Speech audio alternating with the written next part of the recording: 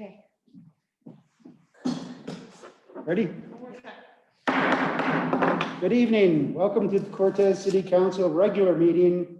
Today, Tuesday, September 22nd, 2020. Council meeting starting at 8:45, and this is a hybrid meeting, City Council chambers and Zoom.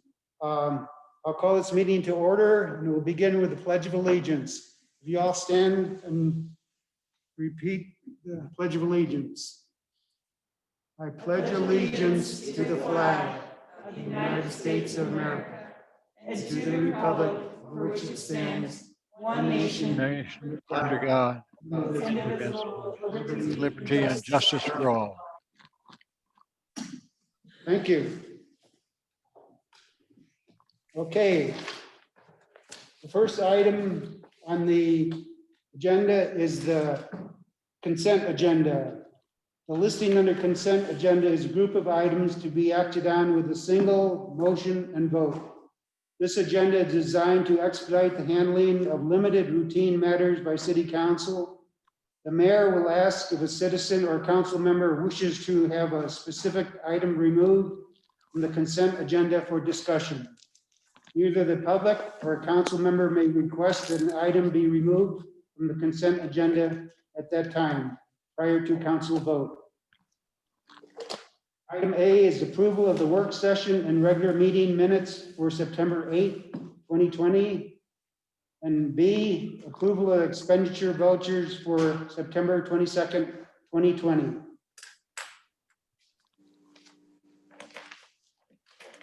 Do I hear a motion? I make a motion to accept the consent agenda as presented. Second, Huckins, Aye. Lucero, Aye. Rainey, aye. Medina. Aye. Yazzie. Aye. Lady. Aye. Thank you. Next item under presentation is this is National Gear Up Week, and we're gonna proclaim the National Gear Up Week, the week of September 21st, 2020. So I'm going to read a little bit of information about National Gear Up, about Gear Up. For nearly 2 decades, gaining early awareness and readiness for undergraduate programs. That's what Gear Up stands for. It's a grant that has been providing low-income, minority, and disadvantaged students with support and resources that they need to go to college, despite the challenges they face in their communities. Colorado Gear Up currently works with Montezuma Cortez High School and serves 140 students in only its second year of 7-year grant. Enclosed are some additional information about Gear Up. September 21st, 2020 signals the start of National Gear Up Week. During this week, Gear Up programs like ours will be hosting events to celebrate the success of our students, parents, staff, volunteers, partners, and communities. This will be our second year celebrating at MCHS. In addition to these activities, we're going to do a proclamation recognizing the hard work of Colorado Gear Up in Cortez. So I'm going to read this proclamation, and Mr. Ty Rogers is in attendance, and I'm going to present the proclamation to him after I finish reading it. The proclamation reads, "The City of Cortez, whereas the gaining early awareness and readiness for undergraduate programs, that is Gear Up, is a federally funded competitive grant program designed to increase the number of low-income students who are prepared to enter and succeed in post-secondary education. Whereas Gear Up serves low-income, minority, and disadvantaged students and their families from underserved communities who might be the first person in their family to go to college. And whereas Gear Up provides 7-year grants to states or partnerships to develop support and resources to students and their families, starting in the 9th grade, throughout high school, and onward to fulfill their dreams of attaining a post-secondary education.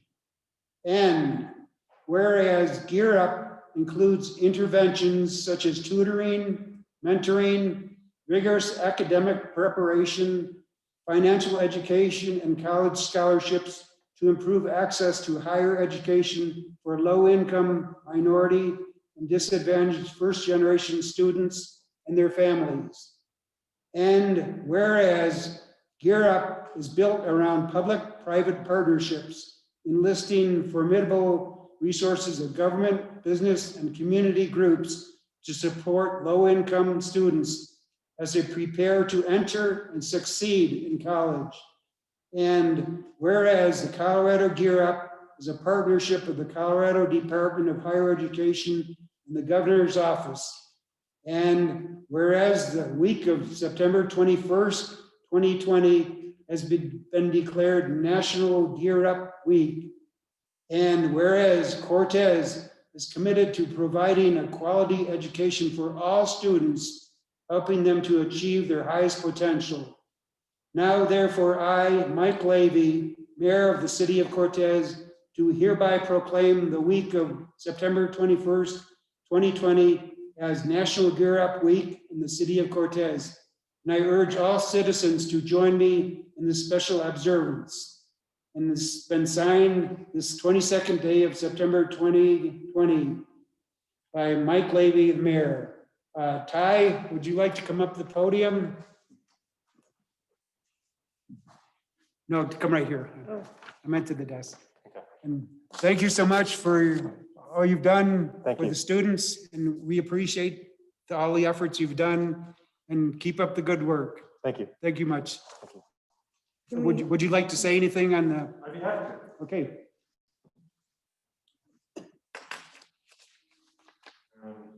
Okay. Thank you very much, Mayor Levy. I'd like to say that what we've been doing at the NCHS has been really great, and I mean, the proof is in the pudding, really, to say that the students are getting a lot of help and assistance in their years. We're currently, this is the second year that we've done the celebration, but it's the third year of Gear Up. And as I was speaking to you before we began the session tonight, that the recruitment for freshmen to work with students through 4 years of high school and their first year of post-secondary education is a huge support to the students' education and to help them along the way. But it's been a real adaptation to work with it in this current in-person and online education. So it's really, you know, it's a challenge that we all face together. And I think that's part of why we, as educators, really value what we're doing for the kids, because it's about building this community and about working together. And I'm really proud to be a part of that process to help these children through their education and into their adulthood and into their citizenship. So I really appreciate that you guys can take the moment to honor this and to recognize the hard work that we're doing as well. So thank you. thank you, Mr. Rogers, and we really appreciate all the effort you do. Thank you. Thanks. Is this regional or are you based here in Montezuma County? So it's assigned to the MCHS, the high school only. So it's not necessarily serving other, Like not schools. It's not serving other schools in the community. It's not serving out in Dolores or Maine. It's just at this high school. And it's actually a pretty competitive grant to have gotten. There's only 15 high schools in the entire state. And we're one of the two most remote. There's another school in Delta, but all the other schools are in the Front Range. And that just speaks to, you know, where the population is to the most part. But I think it's a real honor that we have this grant here and to see how we can try to make an impact to the culture of the college-going community pipeline through the school. Are you still in contact with students who have gone through this and are in college now, or? Not as yet, because we're still in the, so I think maybe I skipped over, we're actually in only the third year of the 7-year grant. And one of the great designs of the grant is that the students who are enrolled in the program are all seen to the exit of the program. So it only recruits 4 classes of students, and this is the 3rd class that I'm in the process of recruiting. So one more class next year will be recruited, and then we'll see all of those classes through to the finish line together. Wow. Yeah. Thank Yeah, you. it's a nice design. Thank you for your time. Thank you, Mr. Rogers. Okay. Thank you for all you do. Thanks. Okay, let's see, there are no public hearings, there's no unfinished business. Under new business, item A, intergovernmental agreement for dispatch services. Chief of Police Vern Knuckles. Good evening, Mayor, City Council. I'm here just to ask the mayor or City Council to consider and the mayor to sign an intergovernmental agreement for dispatch services between the City of Cortez and the town of Mancos. This agreement is for 2020, so it's the current year. It's just, I think the town attorney for Mancos and our attorney had gone over this agreement, and it has made it this far, and just needs to be reviewed and signed by the mayor. The agreement just outlines the services that the Cortez Dispatch Center will provide Mancos, and how those services are billed. It's the same agreement that all users sign. So it's really just kind of a formality that needs to be taken care of before the end of the year. Okay. Any questions for the chief? Any I have a comments? question. I have a couple of questions for Chief there. Chief, this is just a regular agreement that we always had, correct? That's correct. I mean, there was some small verbiage that was changed with the attorneys, but it is fundamentally the same agreement that we've always had. Okay. And the second question I just had, because I think it was dated in July of 2020. I just wonder the agreement, because the pay thing is usually July, right? Correct, for the whole year? There's, Orly, it's a little more complicated than that. Your mic. Thank you. Orly, it's a little more complicated than that. There's an estimate and a payment in advance and then a reconciliation process. So I think one of the new changes is the money goes back to the providers. Unless the advisory board, I think, recommends keeping some of it in a reserve. There was some discussion about that. That's the biggest change in the agreement. Lori Johnson worked on this more than the attorneys, so I gotta thank her. I just reviewed it. But that's the major changes. It can be, the excess can be given back as a refund to each player instead of holding that money, which is what they're currently doing. They wanted a fund in case something broke, so they could go buy it without having to come back to the different boards. Okay, I just wanted to make sure everybody got treated equally. And then I just want to that's the reason I had that question on, make sure there was no late payment or early payment and refunds. We're going to use this agreement, as I understand it, going forward. So this is the new model agreement. The last one, I think, dated from 80-something. And it really wasn't current. So Lori did a really good job of getting this thing upgraded and updated, and you got it out to everybody to review. Okay, thank you. That's all I have.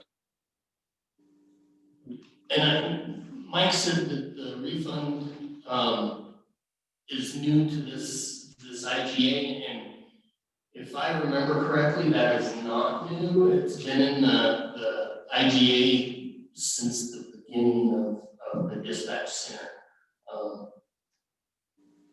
the city, prior city managers have, and prior, Chief Lane had held money back, you know, to try to build that fund. It's been beneficial, and the user groups, the users, have agreed to continue that, maybe not as much, but, yes, start refunding,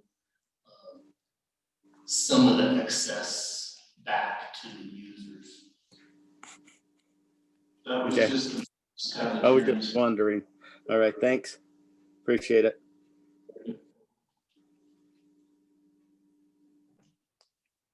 Any more questions or comments from council? Oh, and this agreement, as I read it, automatically renews, so it is more than just 1 year. It's one of those, if you don't like it, you gotta give notice by a certain time.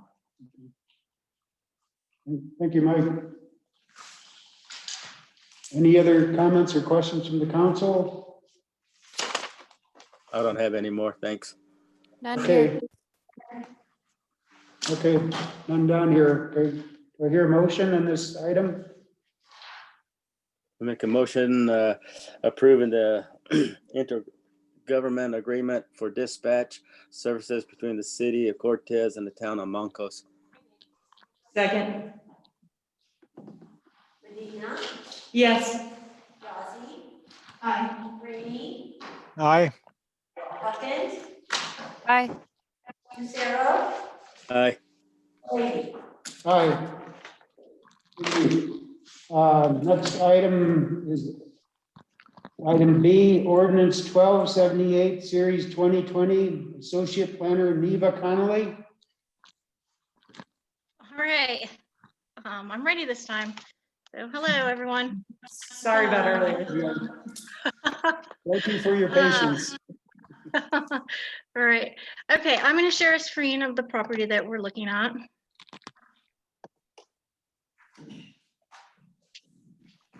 Okay. So tonight is the first reading for ordinance 1278, series 2020. The ordinance will approve the property at 25 South Elm to be listed as a historic property on the city's register of historic structures, sites, and districts. This property was originally surveyed in 2019 as part of a grant from History Colorado, the 7th of such grants that the city's received, to survey potentially historic properties within the Cortez original town site. So this 2019 grant surveyed 22 properties, and this property at 25 South Elm was found to be eligible to be listed at on the city register. The listing is voluntary, and the application was turned in by the property owner. The Historic Preservation Board met and discussed this property during their September meeting and recommended forwarding to council for their approval to add to the city register. This property's exterior has been modified since the 2019 survey, but the historic board stated that the structure's history as a McPhee house and the low ray photography studio met the local listing criteria. Although the exterior renovation did make it ineligible for listing on the state and federal historic register. So today, council, if you so move, you will be setting the public hearing date and the second reading for the ordinance on October 13th, 2020. Does council have any questions for me? Neva, this is Rachel. I have a question about, I guess the siding then. So they upgraded their siding and disqualified themselves. Is that permanent, or if say 20, 30 years from now, they go to redo the siding again, can they get historical and potentially be eligible for national or state? I believe they would be eligible if they, retrofitted their renovations, but they did change the windows on the building, although the new part was in addition to the McPhee house anyway. So it's possible, it's probably not likely that that's going to happen. but it's always Okay. possible. I was just curious.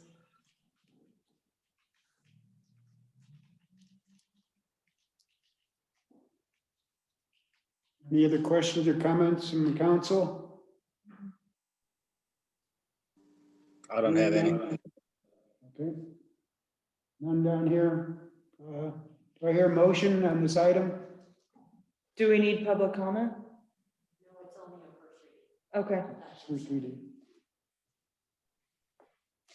Okay. I'll move to approve the inclusion of the structure located within the Cortez original town site to be included in the City of Cortez Register of Historic Structures, Sites, and Districts.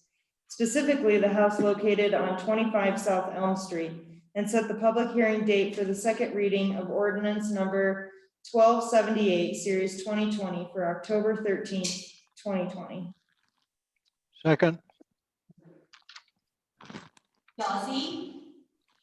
Aye. Hawkins, Aye. Lucero, Aye. Medina, Aye. Rainey, aye, Amy. Aye. Thank you. There are no draft resolution or ordinances.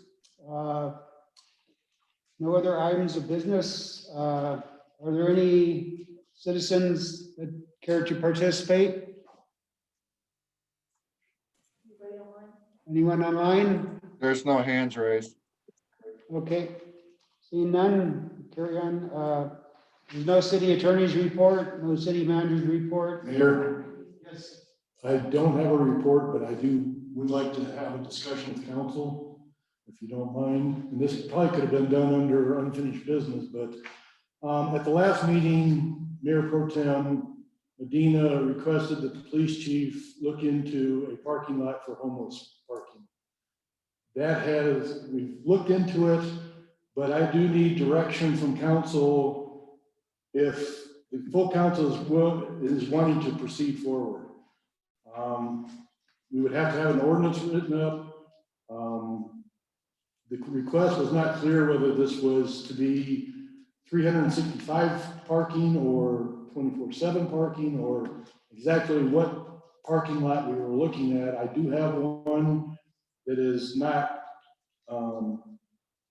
it's city owned, but it's not used by the city. And if you want me to tell you where it is so that we can start that uproar right now, I will be more than happy to do that. I would say the idea was really from, say, like 11 to 5 a.m. You know, just if there's cars over there overnight, then don't kick them out. I think that's really just what the bridge was looking for, as like a temporary solution to help those who can't use the shelter at night. Okay, do you want signage put up and that's going to attract even more people, or just word of mouth that it's over there, you can go? Yeah, I'd rather just word of mouth, and then if it gets out of control, then we can, you know, address that.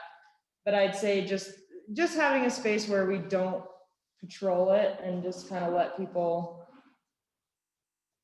stay the night. I don't I'll know. leave it up to the chief, but I would think if we're going to have a homeless parking, we're going to have to patrol it heavy. Okay, patrol it, but don't kick people out.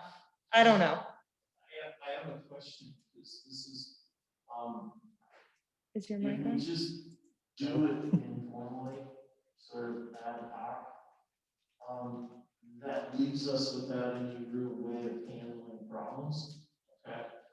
And what John and I had been chatting about just briefly was I was looking at calling it vehicle and or camper, whatever you want to use the word, parking, not calling it a camp, no tents, no anything. I was looking at similar to what you had said, them, something around you pull in there at 5 o'clock and you leave by 8 in the morning.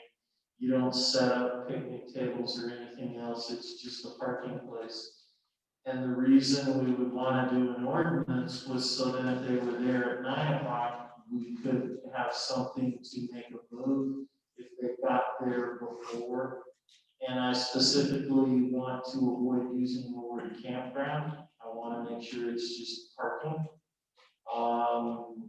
And then we have to, I'm also throwing out here, we have to remember, if we do this, something other than an emergency or homeless or something like that. You got a Walmart parking lot, this would be, I don't really want it to apply there because that's a whole different situation. And historically, everybody's walked away from that. But this would be, the parking lot's, in a good place, it's not used. We could set it up as parking only, not camping. Experience tells me we want to look at some porta potties, but that's for you folks to decide, and I don't know if you have the money for it, that's a manager question. But that would make their job easier, and might maintain the sanitary of the neighborhood and keep the neighbors happy. But just that, but no water, no electric, no hookups. You're in by 5, you're out by 8, or some other time as you folks want. And then set it up as an ordinance, and we can write up a parking ticket or whatever, or have some authority to say you have to leave. Yeah, so I guess I'm just asking then, can we designate a parking lot that allows overnight parking? That's all we have to say. And then how much does a porta potty cost? I mean, we have one at each of the trailheads for Carpenter and Gear Natural area. I don't know, I'm just throwing this out as a recommendation. I think we need to set times, and the ordinance needs to be specific. So the officers have something to back them up when they say, hey, you gotta be out of here. This is just for overnight parking. Okay. And then we would want to, I don't know. I think you have to categorize who can use it. I mean, you don't necessarily want me parking down there overnight if I have a house and whatever else, but or not. I mean, that's something I would want to, are we looking at just one type of population or anybody who wants? Well, what about the people who say go out to the bars and don't want to drive home? Now they have a place to leave their car overnight without getting a ticket, and they can safely get home another way. I mean, that's another use. Well, and I don't know that we really have that problem, because if they leave their car at the bar and come back and get it the next day, we don't really have a parking problem. I don't know. I mean, yeah, we could do that, but I don't really want them driving there from the bar and getting a DUI. That's one of the problems that we might face. Can I ask perhaps a silly question? Have you asked any actual stakeholders directly, like if they would use a parking lot? I mean, this came from Lori Knutson directly, so I assume that she's in contact with that community, and this is what they're requesting. There are a number of vehicles, because I live down on Linden Street, right off of West North, and there are several vehicles that I see parked regularly in the annex parking lot. They rotate through. They are parked in the old medical clinic parking lot. They rotate through. They're not there every night. They're pretty savvy. And there's some pickup trucks with campers on the back, pickup trucks with shells, a couple of, well, RVs that I'm not sure how they roll up and down the street, but they seem to, and they're using them. And that's what I guess I thought we would be talking about, serving that population that needs a place to go in the wintertime. I think the concern was that, the Walmart parking lot is default the place to go. But with COVID, I mean, I think there's limitations on people getting in to use the bathroom at night. Maybe they're not letting people stay there as long. I think there were just concerns that the Walmart parking lot wasn't meeting their needs anymore. And so would the city have an option as well? I think we can do it. It's got to have a little bit of structure to it. So if there's a problem arises, we can take care of the problem. Yeah, and it's just an idea I think we should talk about. It doesn't mean we have to, let everyone camp in every parking lot now, but. No, I think John's got a specific place in mind, I think, and it would, it might work, but I think we need to have some structure so if the neighbors start complaining, we can deal. If we don't have structure, it's a problem, because the parking lots are open pretty much overnight. I don't know that we really go out and make people know. At one point in time, there was some people camping overnight in the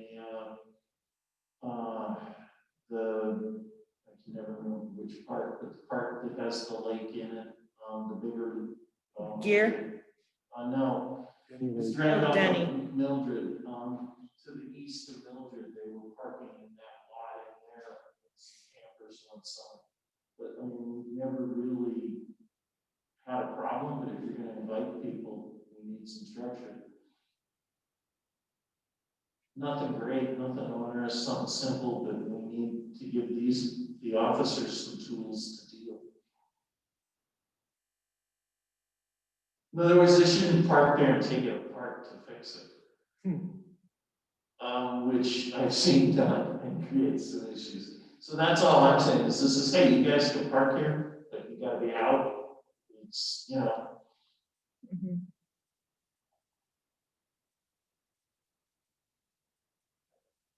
we can have a Okay. draft ordinance for the 13th or the next meeting in October for you to look at and see if that's where you wanna go.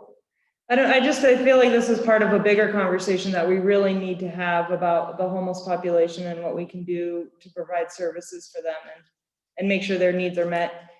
And it just seems like it's such a big topic that obviously no one's been able to solve, and we're watching other communities handle and mishandle it.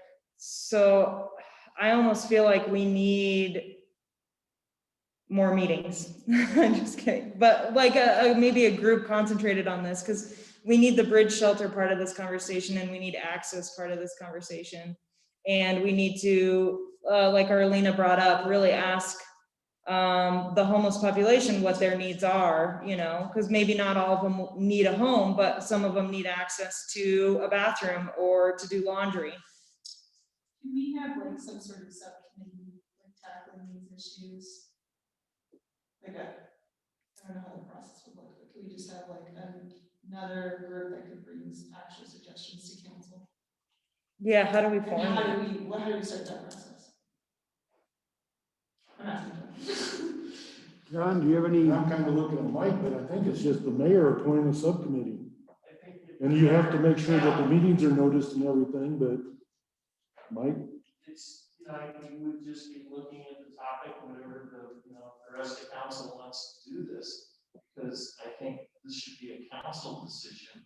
So you might have a voice vote, should the committee be appointed to look into the homeless situation in Cortez and make recommendations for how to deal to council. And then have 3 members like we did for the airport. The FBO, and then just, move forward. You folks can do whatever you need to do to make recommendations. And then council can decide on what gets done. But I think council needs to decide if they want to have the committee. I mean, because it is, all of you have to decide on things like that, not just the mayor or John or me.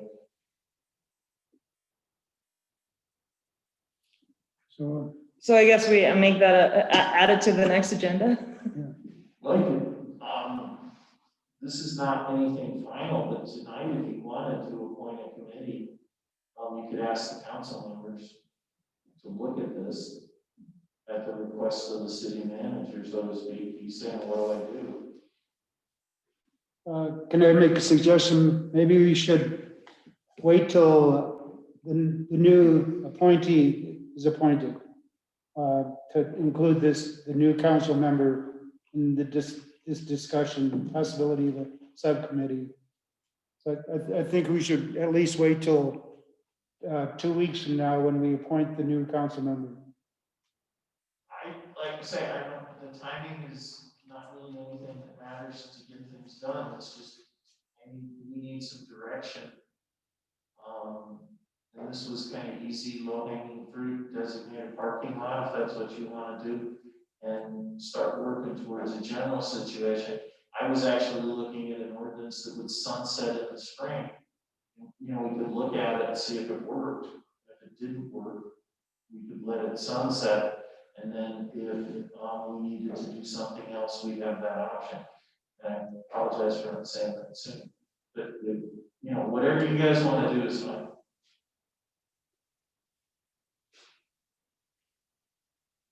I think the idea of having it sunset might be prudent, just to see how it works. Rachel? You know, if you want to put this on the, I don't know where we have room, that's a question. But if you want to put it as part of the larger discussion, I'm guessing that's going to get put off till sometime. Right now, it's looking more like the end of October at the earliest, because I think the 13th is booked up. October 13th workshop is full. So it would be October, if you wanted on a work session for discussion, it would be 27th. And this is a long discussion, it's not something that's gonna be done in 5 minutes, so, on the next work session, there is a half hour to discuss tonight's interviews and narrow that down before we get into council, and I gave a half hour for that, so hopefully that's, tonight went really smooth, so apparently it's, I know you guys got an extremely tough choice to make, because you got a lot of good candidates, but it's probably gonna take that full half hour. So the parking lot, idea wouldn't be implemented until what if we were to be oh, let's go ahead with it at the next meeting? How long would be an estimated time for it to even get going? December, the ordinance in place, so you have like the first meeting in November. I'm kind of getting some different direction here. No, we don't want to do it apart from the whole solution, or yes, we do. If we want to just do the parking lot thing, I can have a draft ordinance for the last meeting in October for you folks to look at or for first reading, and then we could get it done in November, and then you would be in place. How long after the meeting? The ordinance has to be published before it can take effect. So after publication, we'd be there. If we wait for the larger discussion, I wouldn't be able to start the ordinance until November and December, and it would be in effect in January. Okay. I thought that I had. Maybe it should be a part of the larger discussion, because by the time we even get this ordinance out, it's going to be winter. The shelter will already be open again. And so at that point, wouldn't even be an issue. People would be able to park at the bridge shelter, stay the night, and leave. So maybe this could be one portion of the larger issue, because timeline-wise, it wouldn't really make sense. And if it sunsets in the spring, then we would have to do it all over again. Or not, yeah, depending on how we worded the sunset. Right, so the shelter's open October, I think it's October. Yeah, I think October through mid-October. April. Yeah. So we have at least, we've got what, one more week before it opens? 1 or 2. Or it's the end of October, something like that. And still, we wouldn't be able to get this ordinance out before then. No. So it just in my mind, I know we want it to go right now, but maybe it'd be best for us to go slow to go fast. Well, because I'd also like with the broader, well, okay, wait, does anyone on Zoom have anything to add? We don't want to forget about you. The question I have. This sounds like something that we need to discuss at the beginning rather than the end of a meeting. I know it's important, but I think we need to give it some more thought and preparation before we jump in. You asked me. Thank you. I think Lori had something to say. Really saying something? Yeah, Orly, did you have something? David said what I was going to say, so good job. Thanks.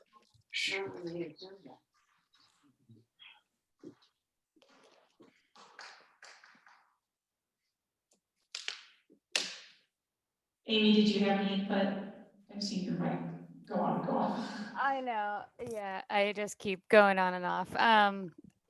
there are things to say, and I think that we could dedicate time and be thoughtful about it. So if we could get it on the agenda, that'd be great.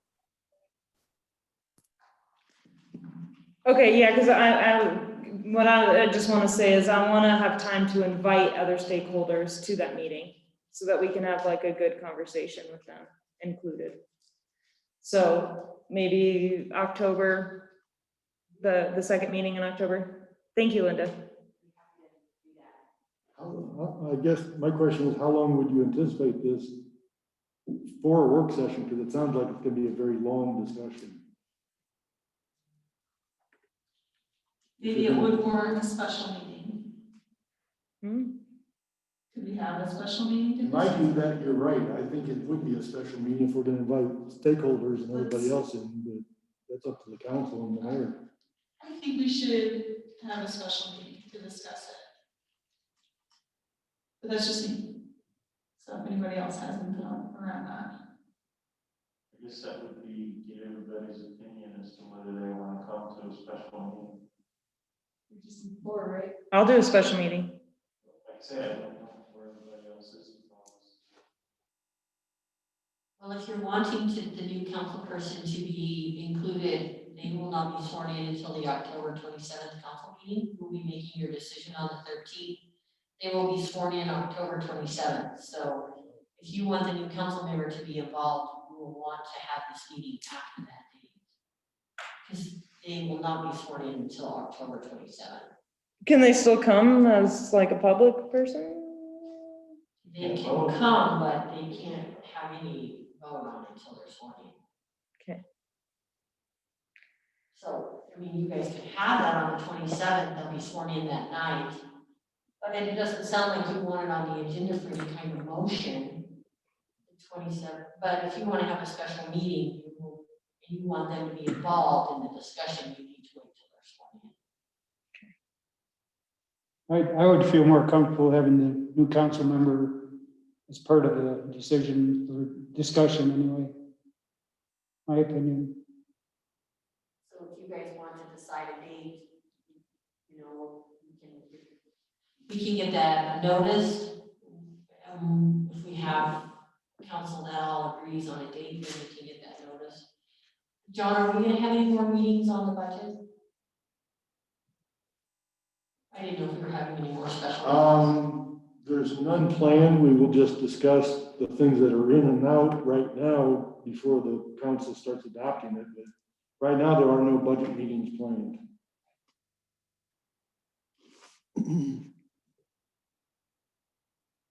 If you don't need to do action items, you could just have a workshop on it and take in information and then sort of give staff some direction for the following meeting, when you could consider resolutions, ordinances, whatever we need to do to make it work. That sounds good, Mike. We should do a workshop meeting. And, you know, oh, I'm sorry. I apologize.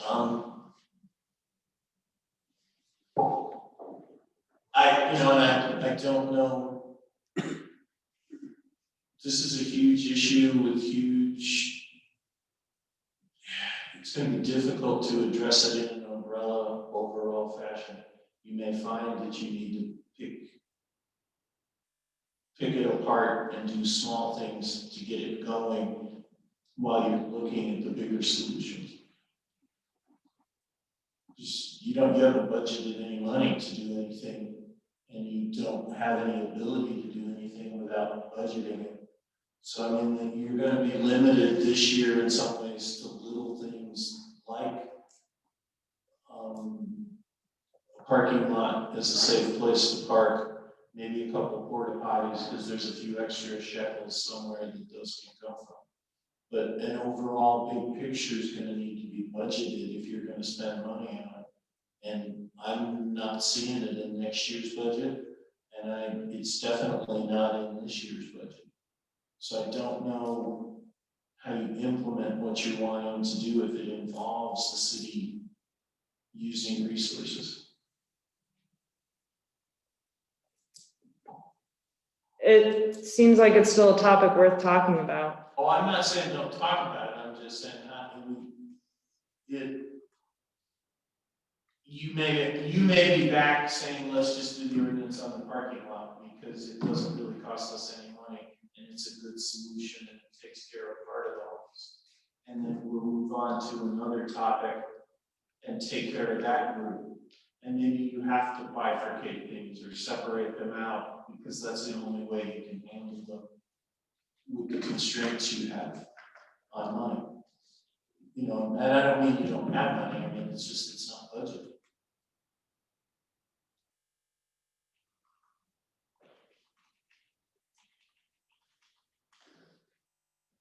So what do we need to do?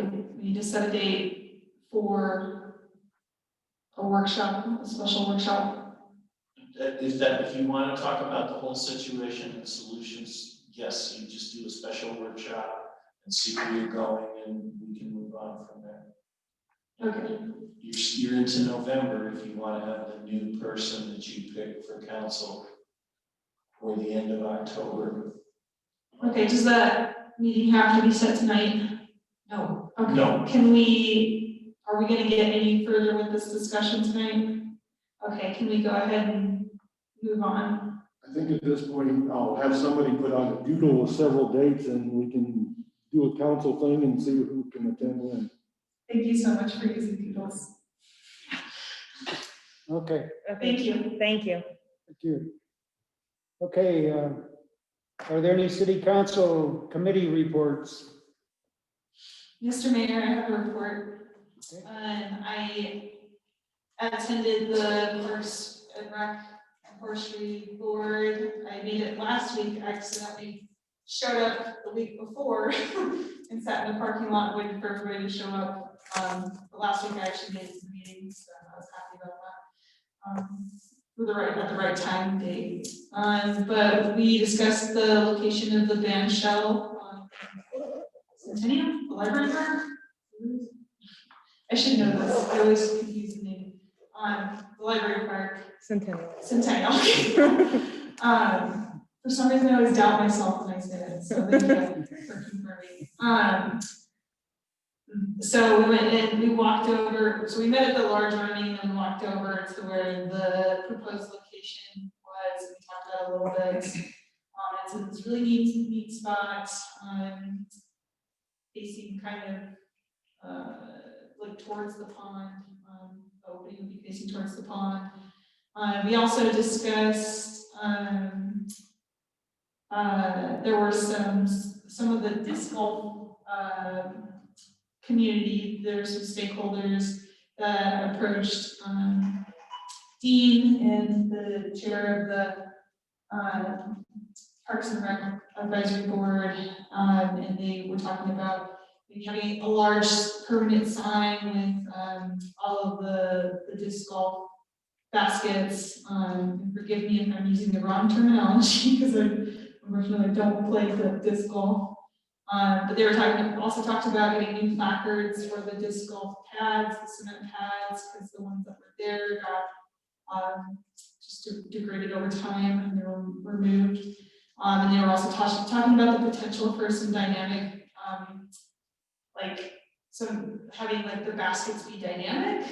So having like sheets that the baskets could go in and have them move around, because Dean pointed out that almost everywhere you go for your basket, it's behind a tree. So you're throwing your disc at a tree. So they wanted to see if that was an option to like have more of a dynamic course. So I thought that was really neat.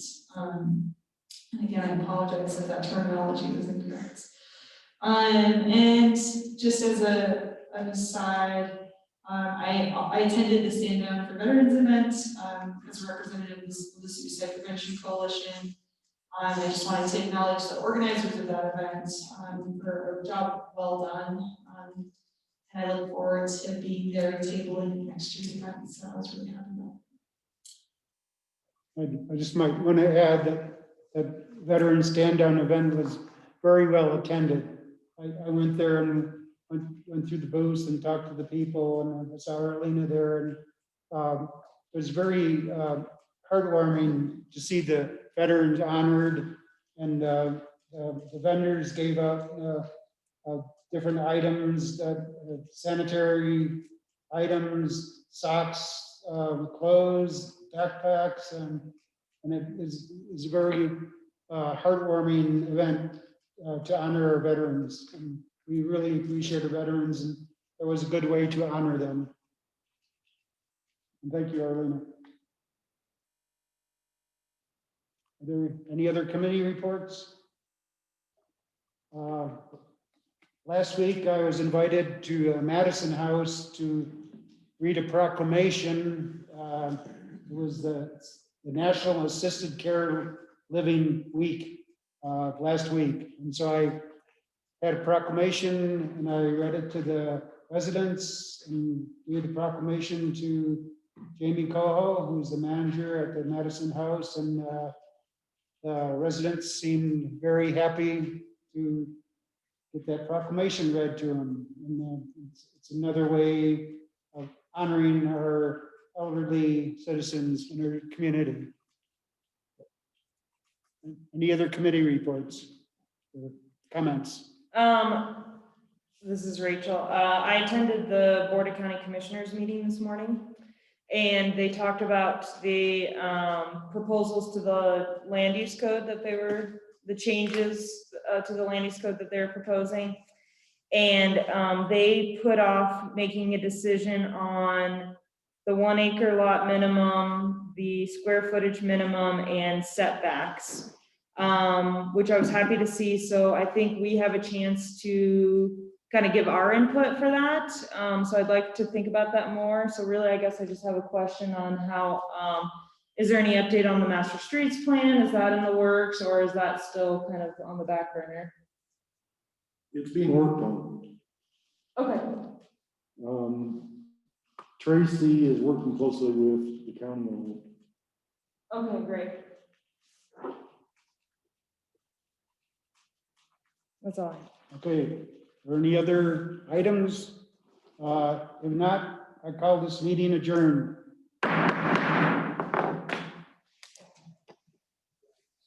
Okay. Thank you for coming. Thank you.